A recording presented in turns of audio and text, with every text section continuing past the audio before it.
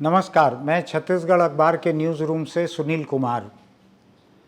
आज जिस वक्त हम लोग अपने घर, दफ्तर, कारोबार की जगह पर या कहीं बैठकर इस खबर को सुन रहे होंगे, उस वक्त दिल्ली के जंतर मंतर में हिंदुस्तान के लिए तरह तरह के ओलंपिक और दूसरे अंतर्राष्ट्रीय मुकाबलों में मेडल लेकर आने वाली महिला खिलाड़ी, पहलवान और पुरुष पहलवान, ये सारे लोग आंदोलन पे बैठे हुए हैं और ये 12वां दिन है आंदोलन का। तो जाहिर है कि मांग शायद इतनी बड़ी होगी कि सरकार इसको पूरा नहीं कर पा रही है। ये आंदोलनकारी पहलवान सुप्रीम कोर्ट तक गए हुए हैं। सुप्रीम कोर्ट ने बड़ा कड़ा रुख दिखाते हुए दिल्ली पुलिस को नोटिस जारी किया, फिर हुक्म दिया कि इनकी यौन शोषण की शिकायतों पर रिपोर्ट दर्ज की जाए।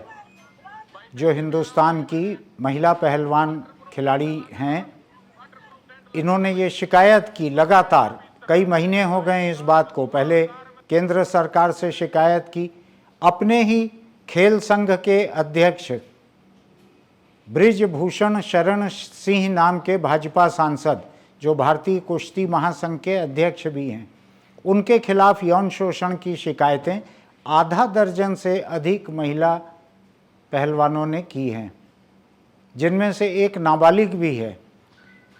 महीनों से केंद्र सरकार ने इनकी बात नहीं सुनी, महीनों से ये रिपोर्ट दर्ज नहीं हुई थी, जबकि आमतौर पर किसी नाबालिग की तरफ से ऐसी रिपोर्ट हो तो पॉक्सो कानून के तहत तुरंत रिपोर्ट दर्ज करने, तुरंत गिरफ्तार करने का नियम है।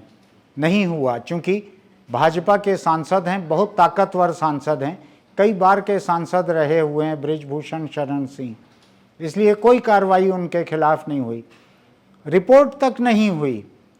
जो ओलंपिक से मेडल लेके आ रही हैं हिंदुस्तान की प्लेयर्स, उनकी यौन शोषण की रिपोर्ट पर पुलिस में रिपोर्ट तक दर्ज नहीं हुई। तो इस सिलसिले के चलते चलते अभी हफ्ते भर पहले जब इनकी तरफ से सुप्रीम कोर्ट में एक पिटीशन दायर की गई, तो मुख्य न्यायाधीश ने दिल्ली पुलिस को तकरीबन फटकार लगाते हुए कहा कि इनकी रिपोर्ट दर्ज की जाए, पॉक्सो की रिपोर्ट अलग दर्ज की जाए, उसके ऊपर कार्रवाई की जाए और मैं खुद सुपरवाइज करूंगा कि क्या कार्रवाई कर रही है पुलिस। जहां हिंदुस्तान का मुख्य न्यायाधीश ये कह रहा है कि मैं खुद देखूंगा कि आप क्या कार्रवाई करते हो, इतने नाखुश थे दिल्ली पुलिस से। उस पुलिस ने आज तक सुप्रीम कोर्ट के आदेश के बाद 6 दिन आज हो रहे हैं एफआईआर हुए, उसके बाद आज तक बृजभूषण शरण सिंह से कोई उसके ऊपर कार्रवाई नहीं की। वो अपने घर में एसी कमरे में सो रहा है और जो लड़के लड़कियां हैं पहलवानी के, ये फुटपाथ पे पड़े हुए हैं, जंतर मंतर में आंदोलन कर रहे हैं। ये हालत देश की चल रही है। इस हालत में ये समझने की ज़रूरत है कि केंद्र सरकार का क्या रुख है इनके लिए।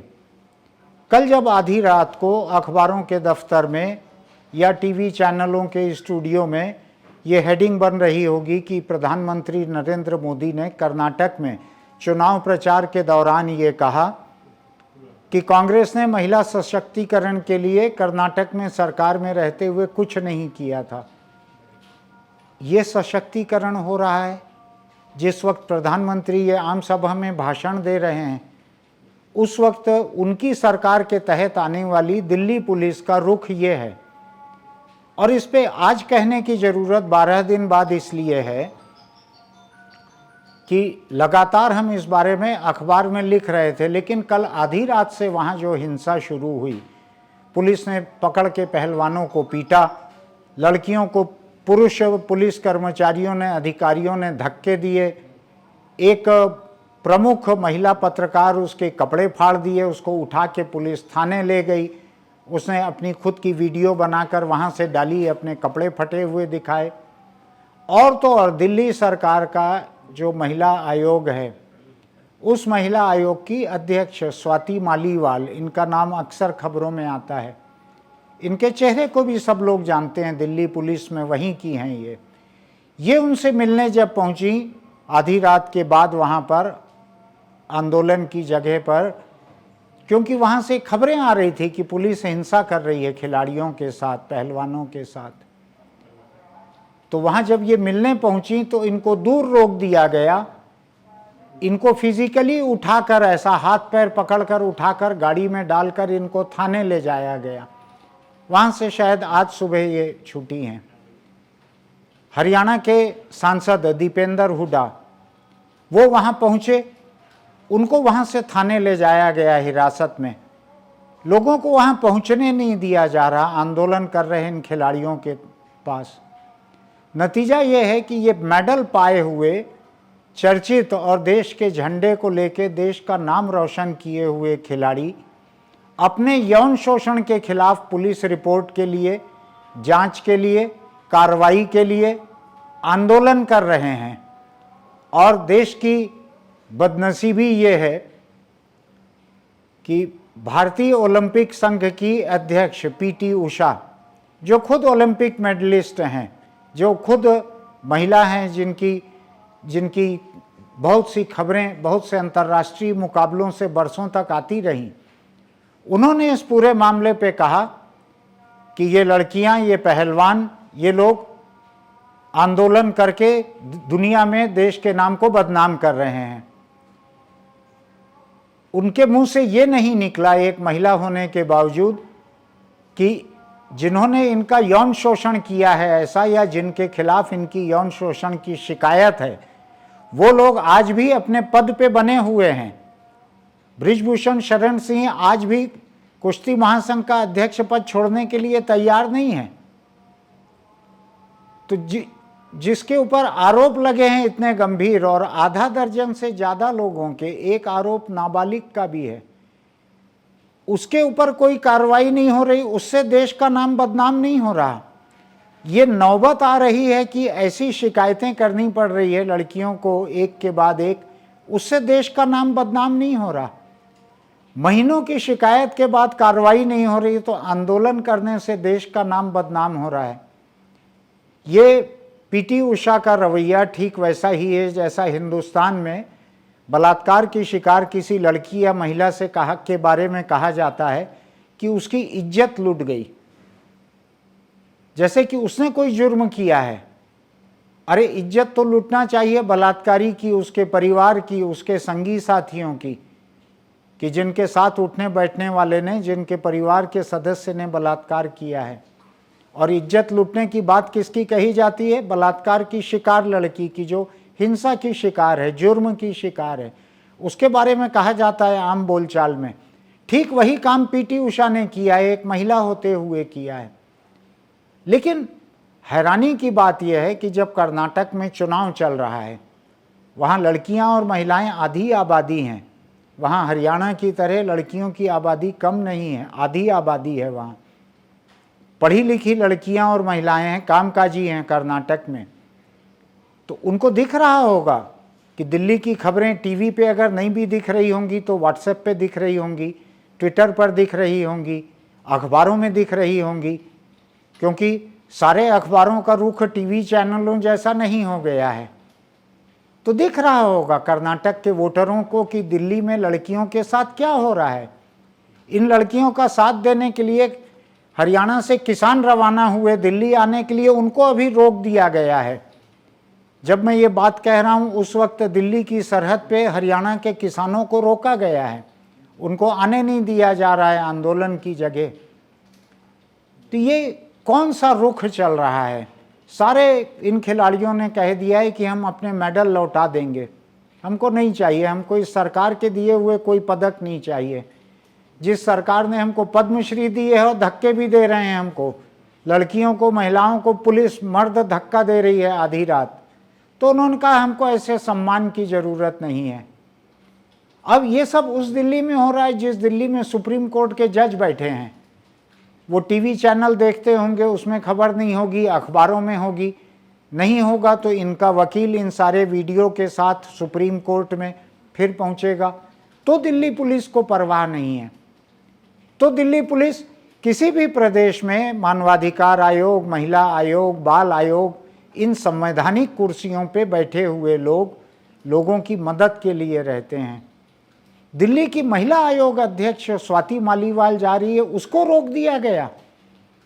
रात 2 बजे अगर एक महिला आयोग की अध्यक्ष को कोई खबर लगी कि वहाँ लड़कियों के साथ ज्यादती हो रही है, वो देखने पहुंची है, उसको रोका जा रहा है वहाँ पर, उसको थाने ले जाके बिठा दिए, सुबह शायद छोड़े हैं।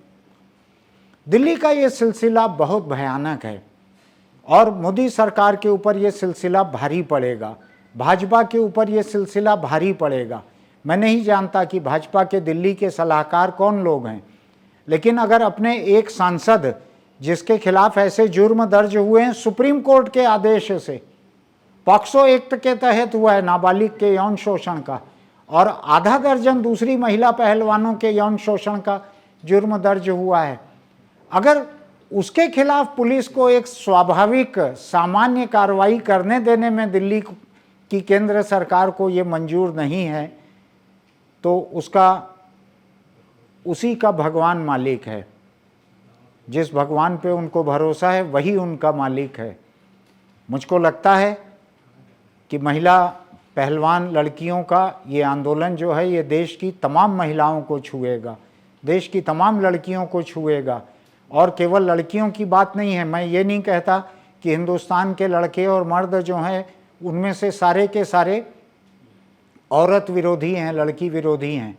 हम ईरान में देख रहे हैं कि जहाँ हिजाब के खिलाफ महिलाओं का आंदोलन चल रहा है, वहाँ के सारे छात्र, वहाँ के सारे पुरुष सब लड़कियों और महिलाओं के आंदोलन के साथ हैं।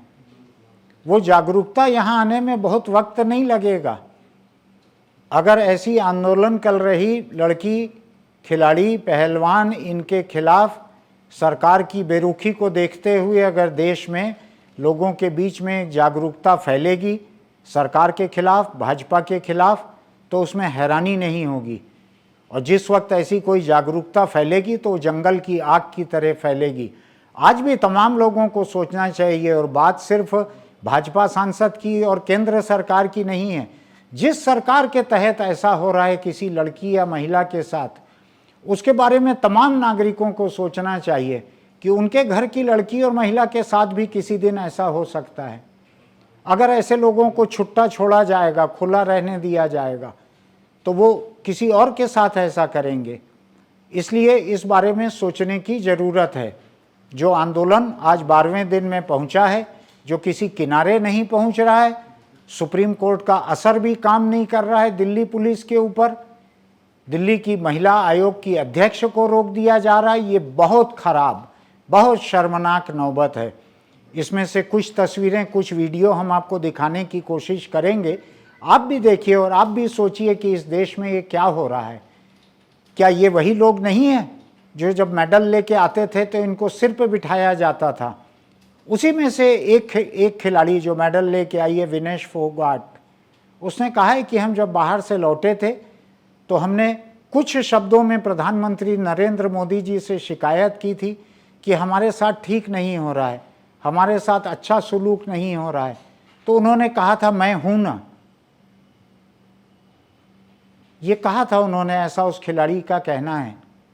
उसने कहा कि हम यौन शोषण की बात हम नहीं बतला पाए थे उनको, वो हमने बाद में मंत्री को बतलाई थी, लेकिन हुआ कुछ नहीं है उसके बाद। इतना सब कहने के बाद जिनकी पहुंच प्रधानमंत्री के कानों तक है, मंत्री के कानों तक है, उनको अगर फुटपाथ और सड़कों पर बारिश में भीगते हुए आंदोलन करना पड़ रहा है केवल इस बात के लिए कि उनका जो यौन शोषण हुआ है उसके ऊपर कार्रवाई हो, केवल इस बात के लिए, तो आप सोचिए कि ऐसी राजनीति अगर इस देश में रहेगी, सत्ता का अगर ये रुख रहेगा, तो कौन सी लड़की और महिला सुरक्षित रहेंगे? इस बारे में सोचिए। मैं फिर किसी खबर को लेकर आपके बीच आऊँगा। आपको अगर हमारा चैनल अच्छा लगता है तो YouTube पर इसको सब्सक्राइब कीजिए। तब तक के लिए नमस्कार।